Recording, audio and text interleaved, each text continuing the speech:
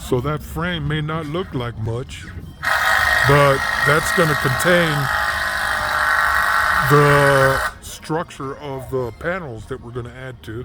We're just going to attach the panels right to the wood and attach the panels to itself, and we'll be filming that so you can see what that looks like.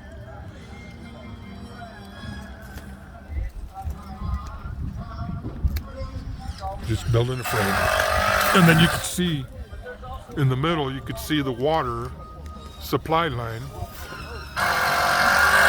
You can see the white water supply line right there inside the frame. And that's where the water's going to come down, right out of that spigot right there. Right out of that spigot right there.